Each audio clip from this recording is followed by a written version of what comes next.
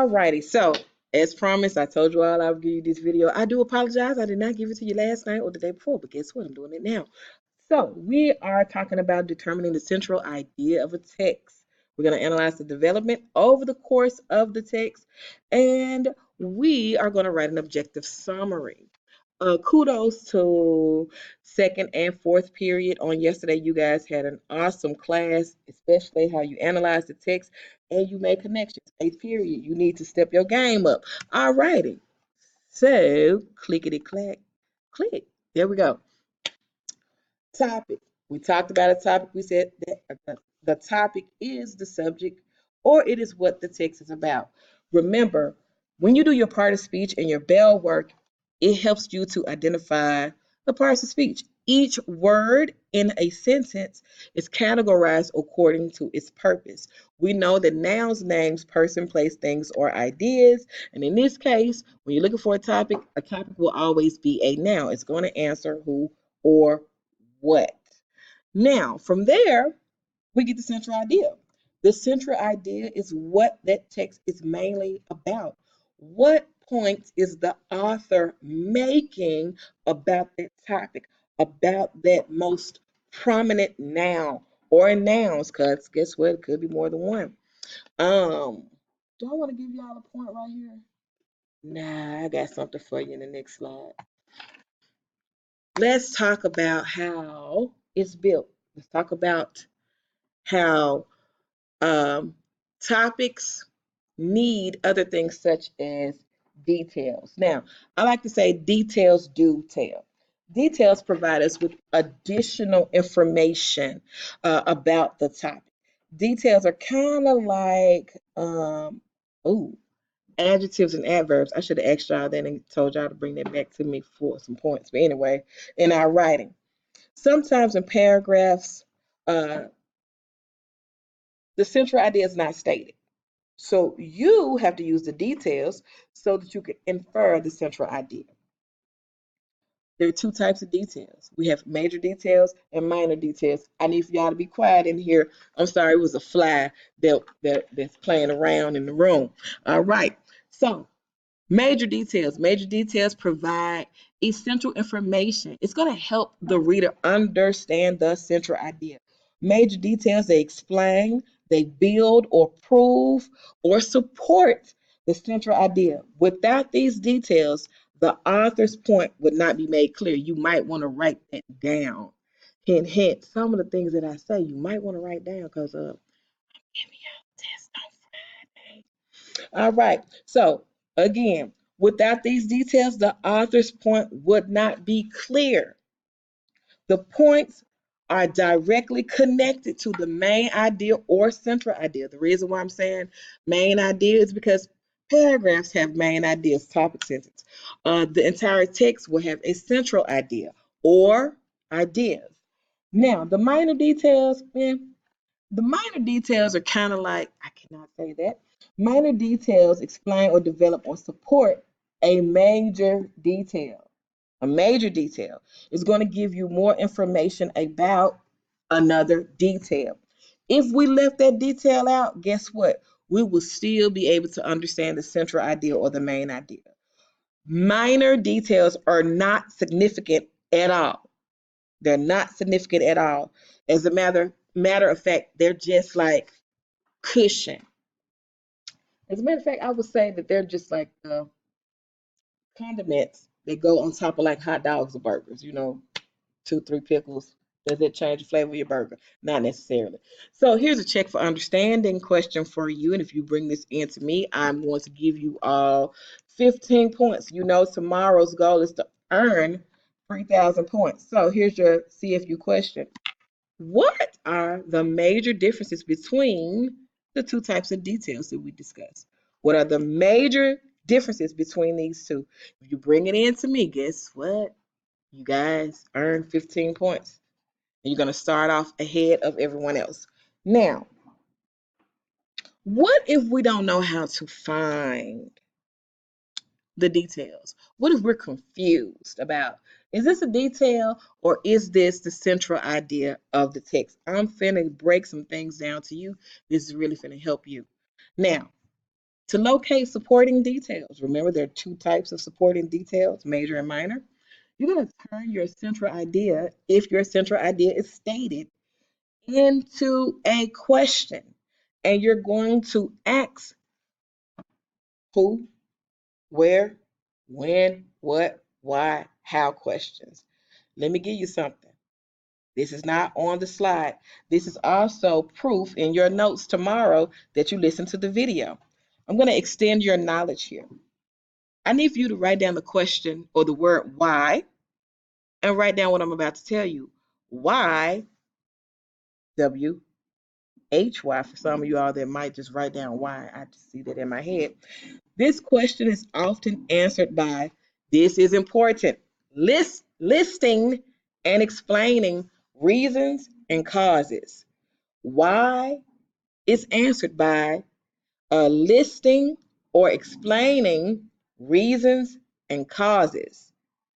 If I asked you, why did Jenny slap Todd?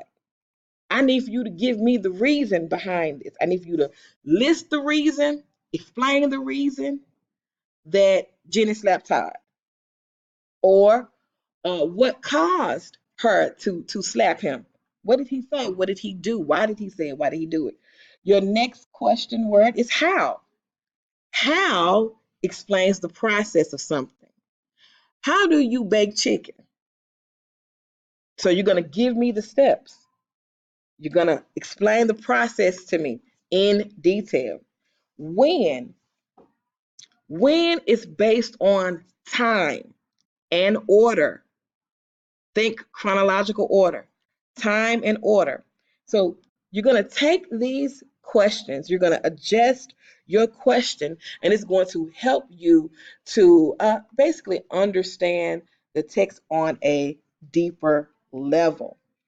Go back to the example that we did in class, and I want you to create three questions using why, how, and when.